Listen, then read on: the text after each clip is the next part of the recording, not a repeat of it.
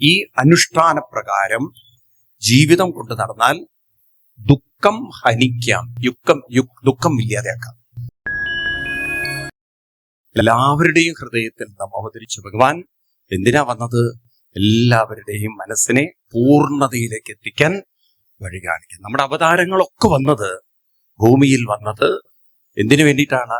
മനുഷ്യനെ പൂർണ്ണതയിലേക്ക് എത്തിക്കാനുള്ള വഴി. എപ്പോഴും ഓർക്കണം, മനുഷ്യ ജന്മത്തിന്റെ ഉദ്ദേശം എന്താണ്? അത് മറക്കരുത്. മനുഷ്യ ജന്മത്തിന്റെ ഉദ്ദേശം എന്താണ്? പൂർണ്ണതയിലേക്കുള്ള യാത്രയാണ് ജീവിതം, ഇങ്ങോട്ടുള്ള യാത്ര. അപ്പൊ എന്താ പൂർണ്ണത പറഞ്ഞാൽ? ഇപ്പോ നമ്മളിരിക്കുന്ന ബോധതലം, അബോധതലം, ഉപബോധതലത്തിനും അപ്പുറത്ത് അവബോധതലവുമുണ്ട്. അവബോധതലമുണ്ട്, ഒരു പൂർണ്ണ ബോധതലമുണ്ട്.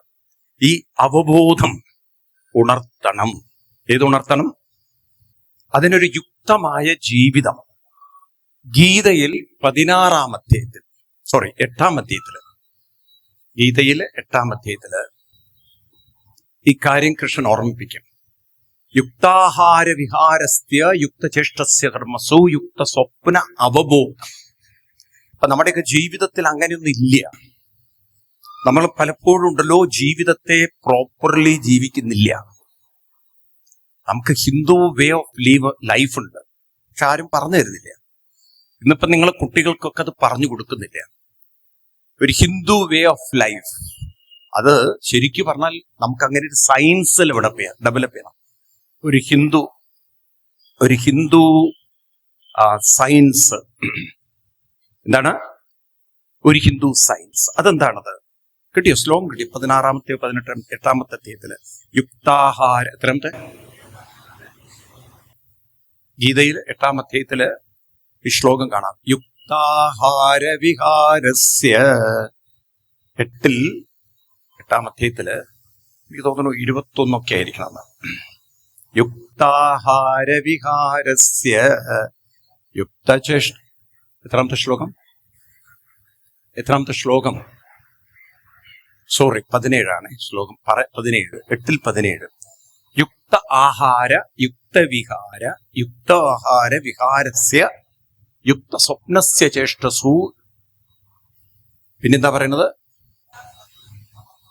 യുക്ത സ്വപ്നാവബോധസ്യ യോഗോ ഭവതി ദുഃഖ. ഇതൊക്കെ നിങ്ങൾക്ക് പറഞ്ഞു തന്നാല് നിങ്ങൾ കുറച്ച് പഠിക്കേണ്ടതുണ്ട്. പെട്ടെന്ന് പറഞ്ഞാൽ മനസ്സിലായി. യോഗോ ഭവതി ദുഃഖ. ഈ യോഗപ്രകാരം, യോഗം എന്ന് പറഞ്ഞാൽ ഈ അനുഷ്ഠാന പ്രകാരം ജീവിതം കൊണ്ട് നടന്നാൽ ദുഃഖം ഹനിക്കാം, ദുഃഖം ഇല്ലാതെയാക്കാം. അപ്പൊ എന്താണ് യുക്ത ആഹാരം? എന്താണ് യുക്ത? അപ്പൊ ആഹാരം എന്ന് പറഞ്ഞാൽ എന്താ മനസ്സിലാക്കുക നിങ്ങള്? കഴിക്കാനുള്ളത് എന്നല്ലേ മനസ്സിലാക്കുക, അല്ലേ? ആണോ? അപ്പൊ ഇവിടെ ഒരു അച്ഛനും അമ്മയ്ക്കും അറിയണം കുട്ടികള് ബേസിക്കലി ഏത് പ്രകൃതമാണ്. പ്രകൃതം എന്ന് പറഞ്ഞാൽ ആയുർവേദത്തില് 3 പ്രകൃതമുണ്ട്. വാദപ്രകൃതം, പിത്തപ്രകൃതം, കഫപ്രകൃതം. ഈ കഫപ്രകൃതമുള്ള ഒരുത്തന് പാലിന്റെ കാപ്പിയും ചായയും പാലും കൊടുത്താൽ കഫം വർദ്ധിക്കും, പിന്നെ ആസ്മ പിടിപെടാതിരിക്കും. അപ്പൊ നമുക്ക് അറിഞ്ഞിരിക്കണം ഓരോരുത്തർക്കും ഏത് പ്രകൃതി. അപ്പൊ അലർജി ഉണ്ടെങ്കിൽ അപ്പൊ മനസ്സിലാക്കണം ആള് ബേസിക്കലി കഫപ്രകൃതിക്കാരാണ്. ചിലവർക്കെന്നും വയറിനെ സംബന്ധിച്ച പ്രശ്നങ്ങൾ, അതായത് മോഷൻ കറക്റ്റ് ആവില്ല, അതുപോലെ തന്നെ കുറെ ഡിസോർഡർ ഉണ്ടാവും. മനസ്സിലായില്ലേ? അപ്പൊ മനസ്സിലാക്കണം അവരിൽ പിത്തപ്രകൃതമുണ്ട്. ഇതുപോലെ ചിലവർക്ക് ഭയങ്കര ലതാർജിക് ആയിരിക്കും, ബോഡി പെയിൻ ഒക്കെ വളരെ കൂടുതലായിരിക്കും. അതിനർത്ഥം അവരിൽ ചില വാദപ്രകൃതം കുറച്ച് ഉണ്ട്. ഇതിനനുസരിച്ചുള്ള ആഹാരക്രമങ്ങൾ അല്ലെങ്കിൽ രോഗത്തിന്റെ തീവ്രത കൂടുന്നോ കുറയുന്നോ? കൂടും. അപ്പൊ അതായത് വിരുദ്ധാഹാരം കഴിക്കരുത് എന്ന് വെച്ചാൽ കഫപ്രകൃതമുള്ളവൻ കഫപ്രകൃതത്തെ കൂട്ടുന്ന ആഹാരം കഴിക്കരുത്. ഇതിനാണ് ആയുർവേദത്തിൽ പഥ്യം എന്നൊരു വാക്ക് ഉപയോഗിച്ചത്. എന്താണ്? കഴിക്കാൻ പാടില്ലാത്ത. ഇത് കുട്ടികൾക്ക് ഇന്ന് ബോധമില്ല. ഇന്ന് കുട്ടികൾ കിട്ടിയതെല്ലാം ഐസ്ക്രീം, ആസ്മയുള്ളവൻ ഐസ്ക്രീം കഴിച്ചാൽ അവന്റെ രോഗത്തിന്റെ തീവ്രത കൂടും. കുറെ കഴിഞ്ഞാൽ ശബ്ദം ഉണ്ടാവില്ല, കുറെ കഴിഞ്ഞാൽ എന്നും അലർജി. നോക്കൂ നിങ്ങൾ, ഇത്രയും കോവിഡ് സ്പ്രെഡ് ചെയ്തതിന്റെ കാരണം എന്തായിരുന്നു? അന്ന് കോവിഡ് വന്നപ്പം ആ കോവിഡ് എന്ന വൈറസിന്റെ പ്രത്യേകതയല്ല. കാരണം ഗ്രാമപ്രദേശങ്ങളിൽ കോവിഡ് വന്ന് മരിച്ചവർ വളരെ കുറവാണ്. കാരണം അവരിലെ പ്രതിരോധ ശേഷി വളരെ കൂടുതലുള്ളതുകൊണ്ട്. അപ്പം പ്രതിരോധ ശേഷി ഇല്ലാതാക്കുന്നത് നമ്മുടെ പ്രകൃതത്തെ വികൃതമാക്കുന്ന ഭക്ഷണം കഴിക്കുമ്പോഴാണ്. ആണോ അല്ലയോ? അപ്പം ഒരുപാട് ഗ്യാസ്ട്രിക് പ്രോബ്ലം ഉള്ളവൻ പൊറോട്ട അടിച്ചു കഴിഞ്ഞാൽ അവന് പണി കിട്ടും. കാരണം പൊറോട്ട അത്ര വേഗത്തിൽ ദഹിക്കുന്ന സാധനമല്ല, മൈദ സാധനങ്ങൾ. ഇപ്പൊ നിങ്ങൾ കണ്ടുപിടുത്തം കണ്ടു. അതായത് ഏറ്റവും ഡേഞ്ചറസ് ആയിട്ടുള്ള 2 സാധനങ്ങളായിട്ടാണ് നമ്മൾ ഈ ഉപ്പും പഞ്ചസാരയും പറയുന്നത്. പ്രത്യേകിച്ച് ഇപ്പോഴത്തെ ഈ പുതിയ പൗഡർ ഉപ്പുണ്ടല്ലോ, അതിനേക്കാളും നല്ലത് കല്ലുപ്പ് തന്നെയാണെന്ന് പറയുന്നു. ഈ പൗഡർ ഉപ്പുണ്ടല്ലോ, അത് അയഡൈസ്ഡ് ഉപ്പ്, അതത്ര നല്ലതായിട്ട് പറയുന്നില്ല. ഇതുപോലെ ഏറ്റവും വിഷം പഞ്ചസാരയാണ്. ഏതാണ്? നിങ്ങൾക്ക് ഒരുവിധം രോഗങ്ങളൊക്കെ വരുത്തുന്നതിന്റെ പ്രധാന കാരണക്കാരൻ ചെറുപ്പത്തിലെ പഞ്ചസാര എത്ര കണ്ട് ഒഴിവാക്കാൻ പറ്റുന്നു അത്ര രോഗം മാറ്റാം. ഇന്ന് മധുരപലഹാരങ്ങൾ മുഴുവൻ, സ്വീറ്റ്സ് മുഴുവൻ എന്ത് നിറച്ചിരിക്കുകയാണ്? ഇപ്പൊ അതിന്റെ ഒരു സംസ്കാരം വന്നിട്ടുണ്ട്. നമ്മുടെ കേരളത്തിൽ എത്തിയിട്ടുണ്ടോ അറിയില്ല. തമിഴ്നാട്ടിലൊക്കെ കാണുന്നുണ്ട് ശർക്കര കൊണ്ട്, അതായത് ഈ പനഞ്ചക്കര കൊണ്ടുള്ള പലഹാരം. ബേക്കറി തന്നെ ഉണ്ട് അവിടെ. ഒരു ഗ്രൂപ്പ് തുടങ്ങി വെച്ചതാണ് ബേക്കറി. പനങ്കൽക്കണ്ടൊക്കെ ഉണ്ടല്ലോ, പനഞ്ചക്കര, അതുകൊണ്ട് തെങ്ങിൽ നിന്ന് ഷുഗർ എടുക്കാൻ തുടങ്ങിയിട്ടുണ്ട്. ഈ കേരളം നന്നാവില്ല. കാരണം ഇവിടെ ആകെ തെങ്ങിൽ നിന്ന് കള്ളുണ്ടാക്കാനേ അറിയുള്ളൂ. മറ്റു രാജ്യക്കാരൊക്കെ, ശ്രീലങ്കയിലൊക്കെ അവര് തെങ്ങിൽ നിന്ന് ഷുഗർ ഉണ്ടാക്കുക. അപ്പൊ സാധാരണ ഷുഗറിനേക്കാളും നല്ലതാണത്, ആരോഗ്യമുണ്ടാക്കുന്ന ഷുഗറാണ്. ഈ വിദ്യയൊക്കെ നമ്മളെ പഠിപ്പിച്ചു തന്നാൽ ഇന്നിപ്പോ തെങ്ങിന് വല്ല ക്ഷാമമുണ്ടോ കേരളത്തില്? ഇല്ലേ? ശരിയല്ലേ ഇത്? പക്ഷെ ഇതൊന്നും കേരളത്തിലെ ഗവൺമെന്റിനൊരു അവർക്ക് കൊടി പിടിക്കണം, നാട്ടുകാരെ വടിയാക്കണം, ഇവർക്ക് കോടി ഉണ്ടാക്കണം. അതിലല്ലാതെ എന്തുണ്ട് ഇവരുടെയൊക്കെ ജീവിതം? അല്ലാതെ നാട് നന്നാവണം എന്നൊക്കെ വിചാരിച്ചിരുന്നെങ്കിൽ എന്നോ ഈ കേരളമൊക്കെ രക്ഷപ്പെട്ടു പോകുമായിരുന്നു. ഇല്ലേ? ആണോ അല്ലയോ? മനസ്സിലാവുണ്ടോ നിങ്ങക്ക്? ഈ ഹിന്ദു സമൂഹം ഉണ്ടല്ലോ, ഉണരണം. നമ്മുടെ ക്ഷേത്ര സംസ്കാരത്തിലൂടെ നമ്മുടെ കുട്ടികളെയൊക്കെ ഒന്ന് മാറ്റിയെടുക്കാൻ നമുക്ക് സാധിക്കണം. ഗീതയിൽ 5000 വർഷം മുമ്പ് കൃഷ്ണൻ പറഞ്ഞിട്ട് 3 തരം ആഹാരമുണ്ട്: സാത്വികം, രാജസികം, താമസികം. ഏതാണ്? സാത്വികാഹാരം, രാജസികാഹാരം. നിങ്ങൾ നോക്കൂ, ഒരുവിധം രോഗങ്ങളൊക്കെ കൂടിയത് ആഹാരക്രമത്തിലുണ്ടായ മാറ്റങ്ങളാണ്. ആണോ? പണ്ട് ഇത്രയും ആശുപത്രി ഇല്ലാതിരുന്നതിന് കാരണം ഒരുവിധം വീടുകളിലൊക്കെ നല്ല ആഹാരം കിട്ടുന്ന കാലം ഉണ്ടായിരുന്നു. ആണോ? ഇന്നിപ്പോൾ പുറമേ ഉള്ള ആഹാരം വന്നപ്പോ തന്നെയാണ് രോഗങ്ങളെല്ലാം കൂടി വന്നത്. ഇടയ്ക്കിടയ്ക്ക് കാണുന്നില്ലേ പിടിക്കുന്നത്? പഴകിയ ഭക്ഷണം പിടിച്ചു. അപ്പൊ അത് കഴിച്ചത് എത്ര പേരുണ്ടായിരിക്കും? ആലോചിച്ച് നോക്കൂ നിങ്ങൾ. അപ്പോ ഇതിനൊക്കെ എന്താ പരിഹാരം? പ്രത്യേകിച്ച് എനിക്ക് അമ്മമാരോട് പറയാനുള്ളത്, പെൺകുട്ടികൾക്ക് ഈ ചിക്കൻ എന്ന് പറഞ്ഞ സാധനം കൊടുക്കുകയും ചെയ്യരുത്, തൊട്ട് ചെയ്യരുത്. കാരണം എന്താണ്? കാരണം ഓൾറെഡി സ്ത്രീകളുടെ ശരീരത്തിലെ ഹോർമോൺ ഘടനയും ഒരാണിന്റെ ശരീരത്തിലെ ഹോർമോൺ ഘടനയും വ്യത്യാസമുണ്ട്. ഈ ഹോർമോൺ അധികരിച്ചുള്ള ഫുഡുകളാണ് ഇപ്പോഴത്തെ ബോയിലർ ചിക്കൻ എന്നൊക്കെ പറയില്ലേ? കേട്ടില്ലേ നിങ്ങള്? അതിനൊക്കെ ഹോർമോൺ ആണ് കൊടുക്കുന്നത്. ഞാൻ എങ്ങനെ പരിചയം? എനിക്ക് അറിയാം, ഫാം നടത്തുന്ന ഒരാളെ. അയാളുടെ വീട്ടുകാരെ അയാൾ കുട്ടികൾക്ക് കൊടുക്കില്ല. അത് അയാളത് എക്സ്പോർട്ട് ചെയ്യുന്ന ആളാണ്, വലിയ ബിസിനസ്സുകാരനാണ്. ഞങ്ങളുടെ നാട്ടിലൊരു ക്രിസ്ത്യൻ ഉണ്ട്, അദ്ദേഹത്തിന് ഇതാ മെയിൻ പരിപാടി. അദ്ദേഹത്തിന്റെ വീട്ടുകാർക്ക് കൊടുക്കില്ല. കാരണം ഈ ഹോർമോണോ കൊടുക്കുന്നത് അദ്ദേഹത്തിന് അറിയാം. അപ്പൊ ഹോർമോൺ അധികരിച്ച ഫുഡ് കഴിച്ചാൽ എന്ത് പറ്റുന്നറിയോ? ഒരു പെൺകുട്ടി ഗർഭിണിയാവുമ്പോൾ ഫിലോപ്പിൻ ട്യൂബിലൂടെയാണ് ഈ അതുപോലെ തന്നെ ഈ എഗ്ഗും അതുപോലെ തന്നെ സ്പേം ഒക്കെ ചേരുന്നത്.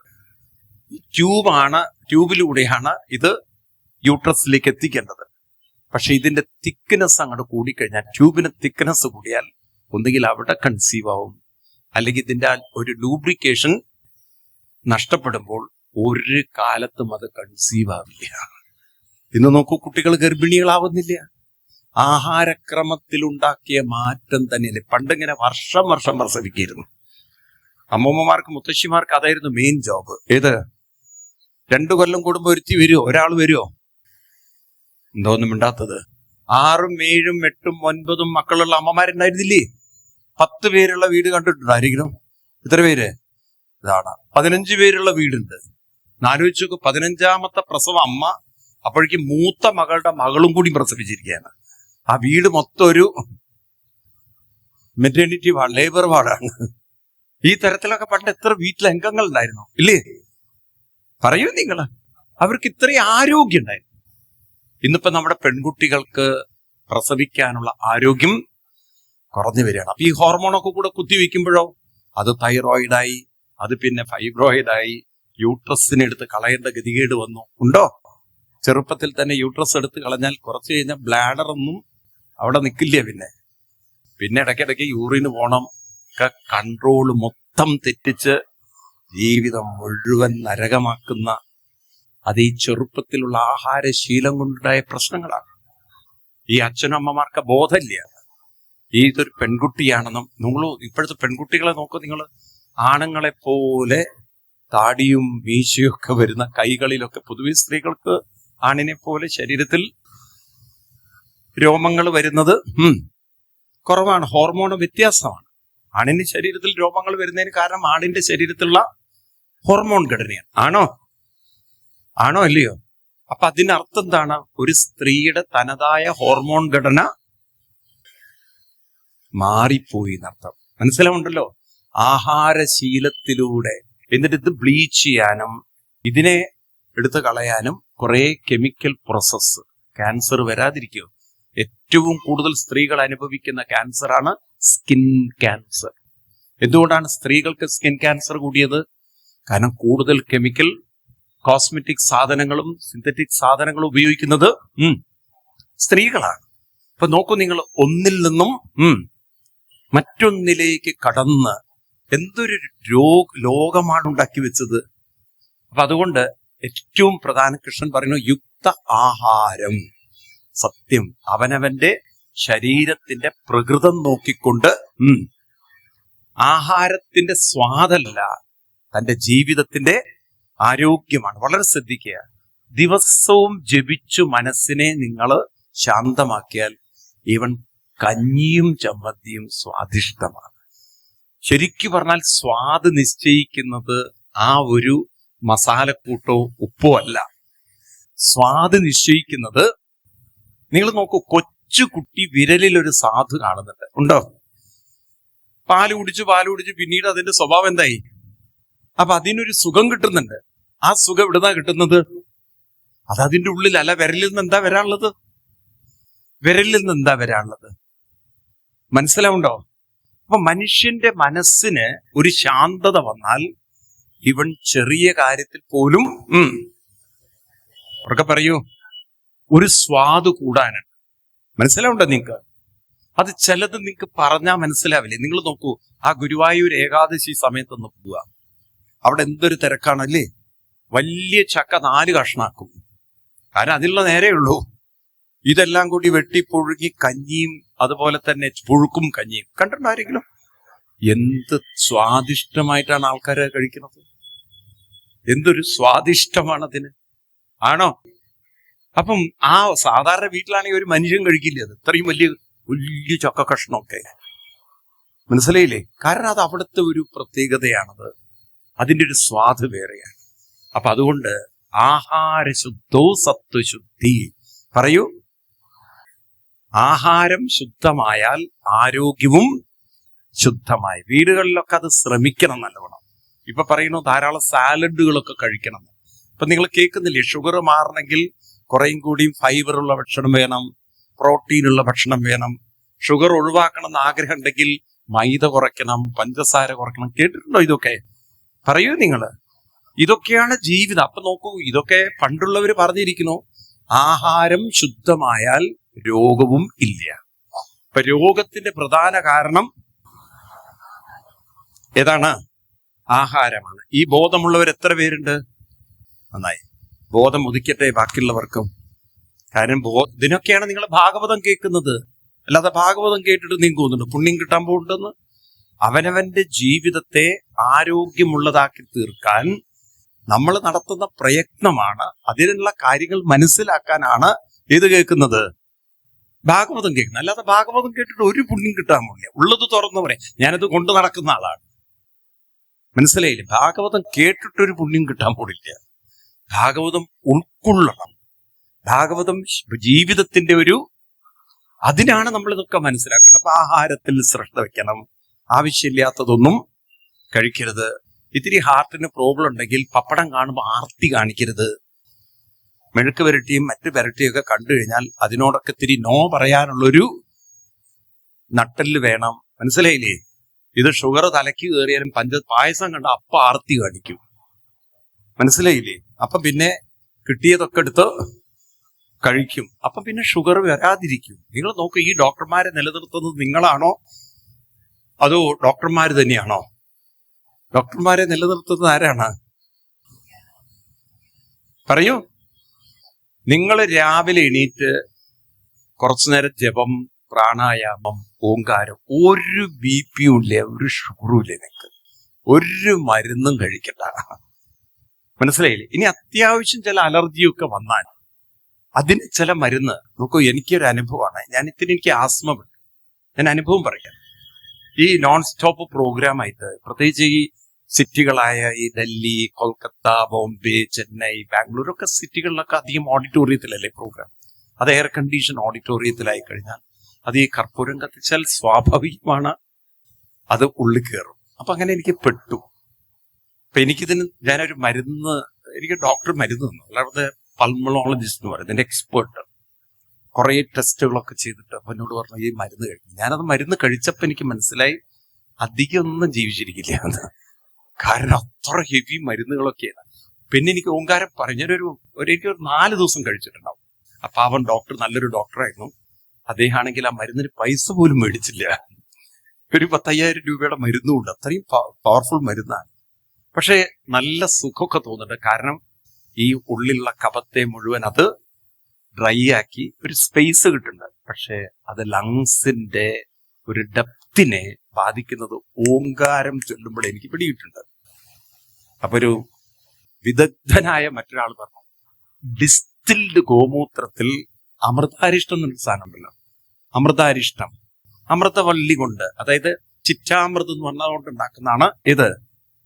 ചിറ്റാമൃതം ഒരു ശരീരത്തിന്റെ ഇമ്മ്യൂണിറ്റി കൂട്ടുന്ന സാധനം. അതുപോലെ ആയുർവേദത്തിൽ കാണാം ദശമൂല കടുത്രയെന്ന് കേട്ടിട്ടുണ്ടോ? ഇത് ഗോമൂത്രത്തിൽ, ഡിസ്റ്റിൽഡ് ഗോമൂത്രം വേണേ. ഡിസ്റ്റിൽഡ് എന്ന് പറഞ്ഞാൽ കള്ളു വാറ്റുന്ന പോലെ ഗോമൂത്രത്തെ വാറ്റിയെടുക്കണം. അപ്പൊ അതിലുള്ള എല്ലാ അഴുക്കും, അത് നാടൻ പശു വേണം. വേറെ പശുക്കൾ സിന്ധിയും ജേഴ്സിയും അതുപോലെ തന്നെ HF-ന്റെ ഒന്നും എടുക്കരുത്. നല്ല നാടൻ പശുണ്ട്. അതിൽ നിങ്ങൾ അമൃതാരിഷ്ടം ഒരു ഫുൾ ബോട്ടിൽ ചേർത്ത് കുറച്ച് കഴിച്ചു നോക്കും. നിങ്ങൾക്ക് കോൾഡ് എന്ന് പറയുന്ന സാധനം അടുത്തുകൂടെ വരിക. എന്റെ ആസ്മയെ ഞാൻ അങ്ങനെ മാറ്റിയെടുത്തതാണ്. മനസ്സിലായില്ലേ? മാറ്റി എന്ന് പറയാൻ പറ്റില്ല, ഉള്ളിലുണ്ടാവും അത്. വീണ്ടും ഇടയ്ക്കൊന്ന് കഴിക്കണം, ഒന്നൊന്ന് പൊങ്ങി വരുമ്പോൾ. കാരണം കാലാവസ്ഥ മാറുമ്പോൾ അവൻ പൊങ്ങി വരും. അപ്പൊ വീണ്ടും അതിനൊന്ന് കഴിച്ചൊന്ന് ഒതുക്കി വെക്കണം. എന്നാലും അതുകൊണ്ടുള്ള ഉപദ്രവം തീർത്തുമില്ല. മനസ്സിലാവുണ്ടല്ലോ? ഇത് സാധിക്കുന്നതാണ്. അതുകൊണ്ട് ഞാൻ ആശ്രമത്തിൽ, ഞങ്ങൾക്കൊരു 10-40 പശുവുണ്ട്, നാടൻ പശുക്കള്. അവിടെ തന്നെ ഞാൻ ഡിസ്റ്റിൽഡ് തുടങ്ങി. ഇവിടെ കിട്ടും നിങ്ങൾക്ക് ഗോമൂത്രം, ഡിസ്റ്റിൽഡ് ഗോമൂത്രം. അത് അമൃതാരിഷ്ടത്തിൽ ചേർത്ത് കഴിച്ച് ഞങ്ങള് കോവിഡ് സമയത്ത് ഞങ്ങളുടെ ആശ്രമത്തിൽ അത് കഴിക്കുമായിരുന്നു എല്ലാവരും ഇത്തിരി. അതുകൊണ്ട് ആർക്കും കോവിഡും വന്നില്ല. ഈ തരത്തിൽ അതിനെ പിടിച്ചു വെക്കാനുള്ള ഒരു കഴിവ് ഗോമൂത്രം അത്ഭുതമാണ്. അത് ഡിസ്റ്റില് ചെയ്യണം കേട്ടോ, ആവർത്തിക്കുകയാണേ. ഗോമൂത്രം ഒരിക്കലും അതുപോലെ എടുക്കാനേ പാടില്ല. അത് എന്ത് ചെയ്യണം? ഡിസ്റ്റിലിംഗ് ചെയ്യുക പറഞ്ഞാൽ എന്താണ്? അതിനെ വേവിച്ച് അതിന്റെ ആവിയാണ് ഡിസ്റ്റിൽഡ് എന്ന് പറയുന്നത്. മനസ്സിലായില്ലേ? നീരാവിയാക്കി എടുക്കണം. ആ നീരാവിയിൽ യാതൊരു അഴുക്കുകളും ഉണ്ടാവില്ല. അതത്ര പ്യൂരിഫൈഡ് ആയിരിക്കും. മനസ്സിലാവുണ്ടല്ലോ? ഗോമൂത്രത്തിന് ഈ ശക്തി ഉണ്ടെന്ന് അറിയുന്നത് കൊണ്ടാണ് പൂർവികര് ക്ഷേത്രങ്ങളിൽ ബിംബശുദ്ധിക്ക് വേണ്ടി പഞ്ചഗവ്യം ഉപയോഗിച്ചത്.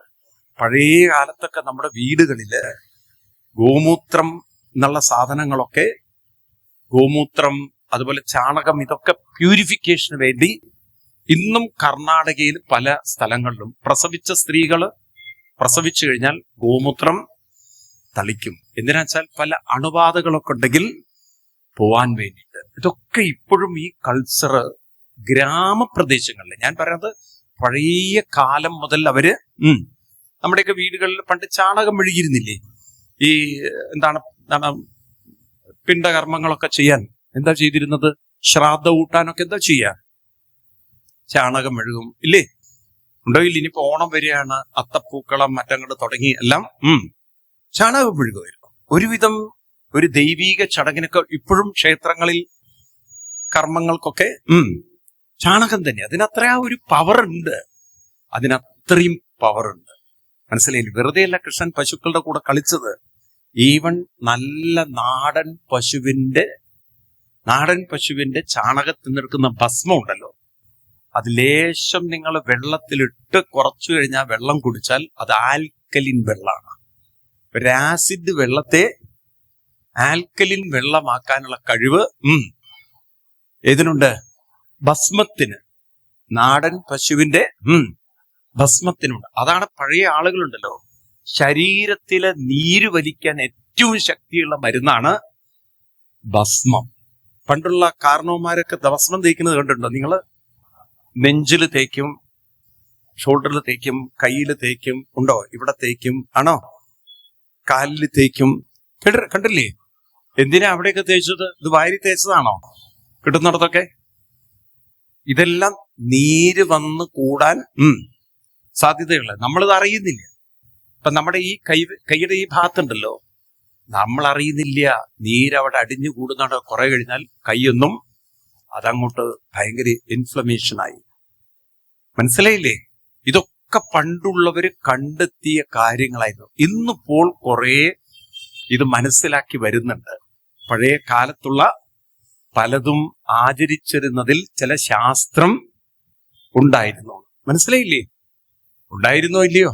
ഓരോ കാര്യങ്ങൾ നോക്കൂ നിങ്ങൾ. പഴയ കാലത്തിൽ നിൽക്കട്ടെ. ഏതായാലും ഞാൻ ഇതൊക്കെ പറഞ്ഞു വരാൻ കാരണം, ഞാൻ നേരത്തെ യുക്താഹാര വിഹാരസ്യ യുക്തചേഷ്ടസ്യ കർമ്മസു യുക്ത സ്വപ്ന അവബോധം. മനസ്സിനെ എതിലേക്ക് ഉയർത്തണം? ഉറക്കെ പറയൂ.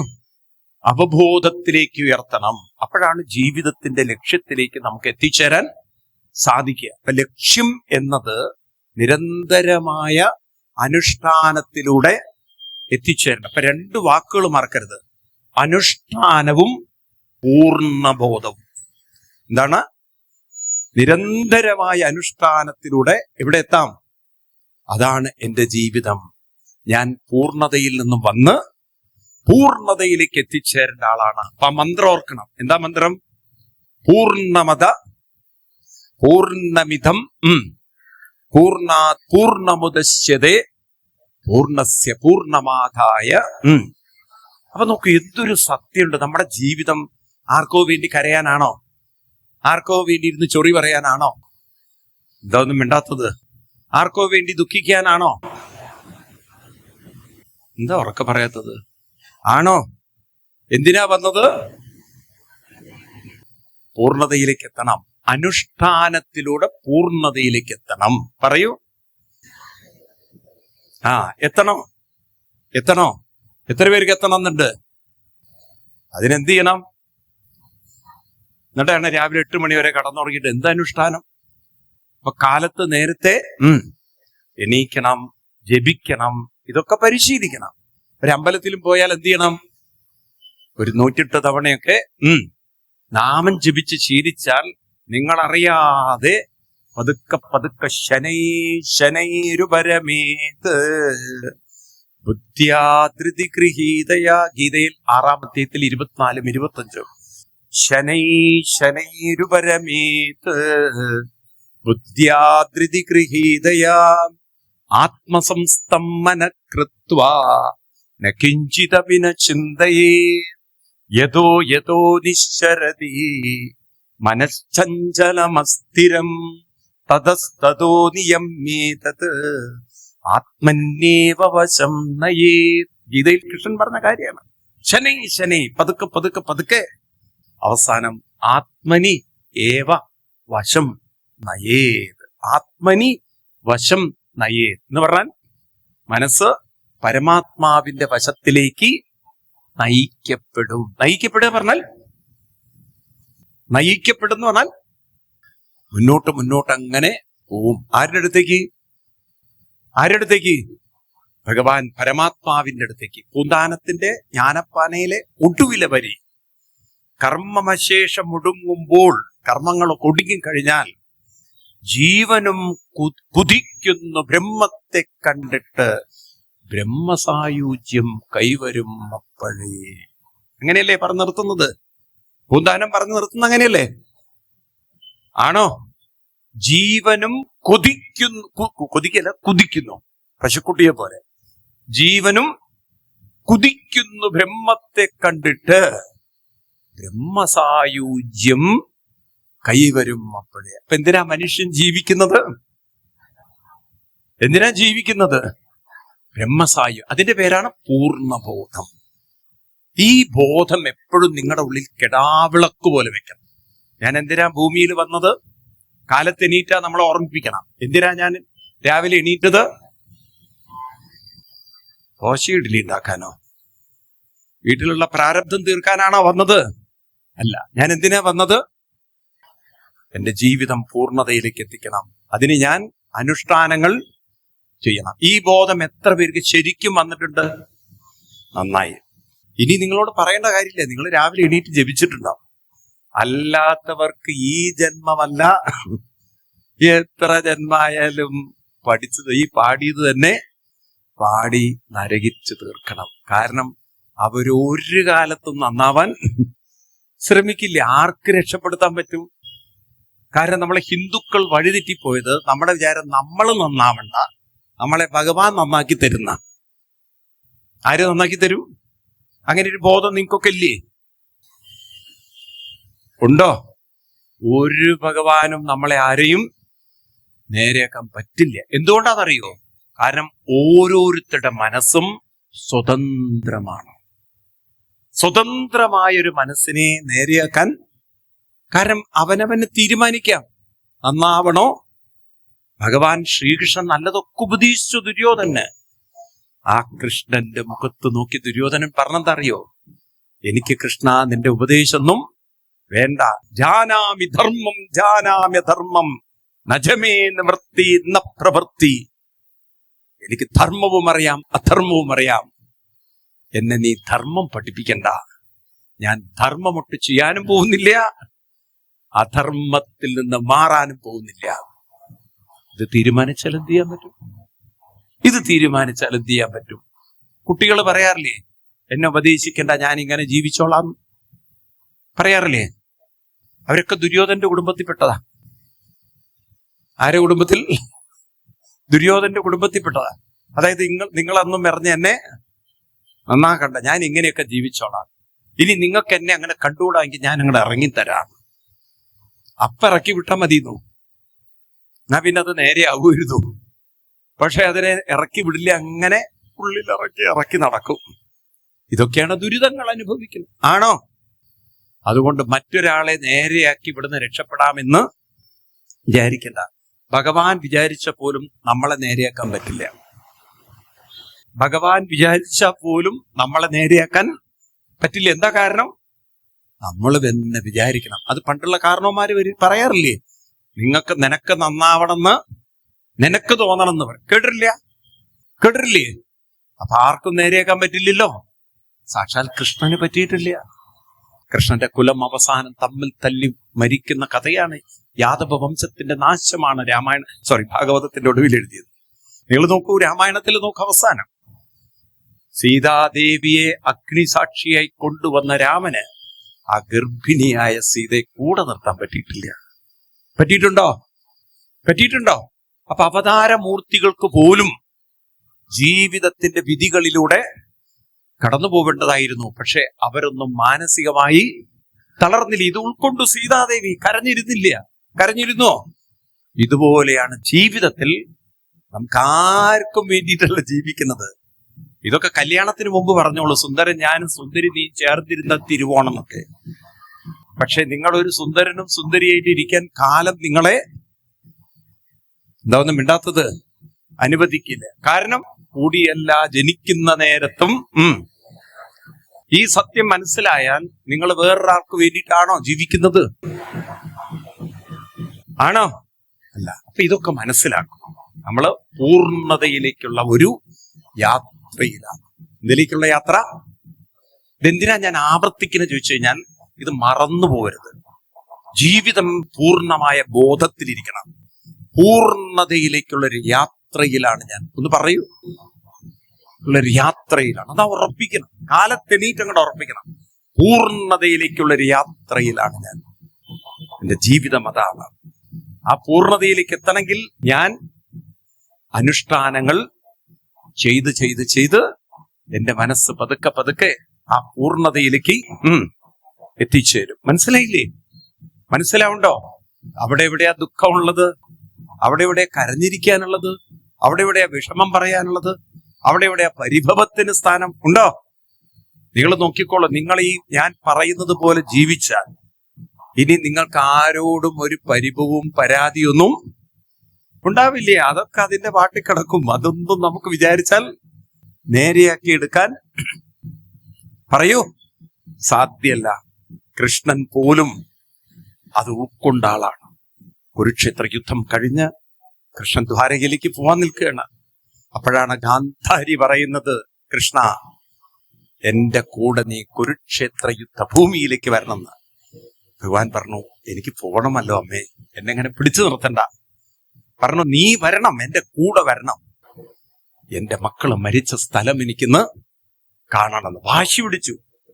അവസാനം സഞ്ജയനും കുന്തി ദേവിയും ഉത്തരയും പാഞ്ചാലിയും ഒക്കെ അടക്കമുള്ള ഒരു വലിയ സ്ത്രീ ഗ്രൂപ്പിന്റെ കൂടെ കൃഷ്ണനും എവിടെ പോയി? കുരുക്ഷേത്ര യുദ്ധഭൂമി കാണാൻ പോയി. യുദ്ധത്തിന് ശേഷം സഞ്ജയനോട് ചോദിച്ചു, പറയൂ സഞ്ജയ, എവിടേക്കാണ് എന്തൊക്കെയാണ് നടന്നത്? സഞ്ജയൻ ഓരോ കഥകൾ പറയാണ്. ഇവിടെയാണ് ദ്രോണരെ അമ്പെയ്ത് വീഴ്ത്തിയത്, ഇവിടെയാണ് ദുശാസനന്റെ മാറുകീറിയത്, ഇവിടെയാണ് അഭിമന്യു ചക്രവ്യൂഹത്തിൽപ്പെട്ട് മരിച്ചത്, ഇവിടെയാണ് ജയദ്രഥനെ കൊന്നത്. ഓരോ കഥകളും ഘടോത്കചൻ ഇങ്ങനെ പറഞ്ഞ് ഓരോരുത്തരെ കഥകളും പറഞ്ഞ് കർണൻ അവസാനം ദുര്യോധനന്റെ അടുത്തെത്തിയപ്പോഴാണ് ഗാന്ധാരി പൊട്ടി കരയാൻ തുടങ്ങി. ഗാന്ധാരി ഇതെല്ലാം കഴിഞ്ഞ കൃഷ്ണന്റെ മുഖത്ത് നോക്കി, നിന്റെ കള്ളച്ചിരി എന്റെ കുലം തകർത്തില്ലേ കൃഷ്ണ, എന്റെ കുലം നശിപ്പിച്ചില്ലേ നീ? ഗാന്ധാരിക്ക് കൃഷ്ണനോട് ഭയങ്കര ദേഷ്യം ഉണ്ടായിരുന്നു. എന്താണെന്നറിയോ? ഇതിനൊരു കാരണം ഉണ്ടായിരുന്നു. ആർക്കെങ്കിലും പറയാൻ പറ്റുമോ? ഗാന്ധാരിക്ക് കൃഷ്ണനോടൊരു വിരോധം, ഭയങ്കര വിരോധം. എന്തായിരുന്നു അറിയോ? ഗാന്ധാരി തന്റെ ശക്തി മുഴുവൻ ദുര്യോധനന് കൊടുക്കുന്ന ഒരു രംഗമുണ്ട്. കേട്ടിട്ടുണ്ടോ അത്? പക്ഷെ പറയുന്നത് വിവസ്ത്രനായി വരണം എന്നാണ്. പക്ഷെ അമ്മയുടെ മുന്നിൽ ഇങ്ങനെ വിവസ്ത്രനായി പോവുക. അപ്പോ അടിവസ്ത്രങ്ങളൊക്കെ ധരിച്ച് ആരെടുത്തെത്തി? അമ്മയുടെ മുന്നിൽ. ആ ദുര്യോധനൻ മനസ്സിലാക്കിയില്ലേ ഈ അമ്മ എന്തിനാണ് ഇങ്ങനെ വരാൻ പറഞ്ഞതെന്ന്. കല്യാണ ദിവസം കണ്ണ് കെട്ടിയ ആ കണ്ണിന്റെ കെട്ട് മകന് വേണ്ടിയിട്ട് അമ്മ അഴിച്ചു മാറ്റി. താൻ ആർജിച്ച ശക്തി മുഴുവൻ ആർക്ക് കൊടുത്തു? ആ സമയത്ത് അമ്മയുടെ കണ്ണിൽപ്പെട്ടു. ദുര്യോധനൻ അടിവസ്ത്രം ധരിച്ചത് കൊണ്ട് എവിടെയാണോ വസ്ത്രം കവർ ചെയ്തിരിക്കുന്നത് അവിടെ തന്റെ ശക്തി ഒരിക്കലും ഏൽക്കില്ല. അതുകൊണ്ടാണ് വസ്ത്രം ഉടുക്കാതെ വരാൻ പറഞ്ഞത്. പക്ഷെ അമ്മയുടെ മുന്നിൽ എങ്ങനെ ചെയ്യുന്നുള്ളത് കൊണ്ട് വസ്ത്രം ഉടുത്തു. എന്നാലും ഗാന്ധാരിക്ക് ഒരു പ്രതീക്ഷ ഉണ്ടായിരുന്നു. എന്ത്?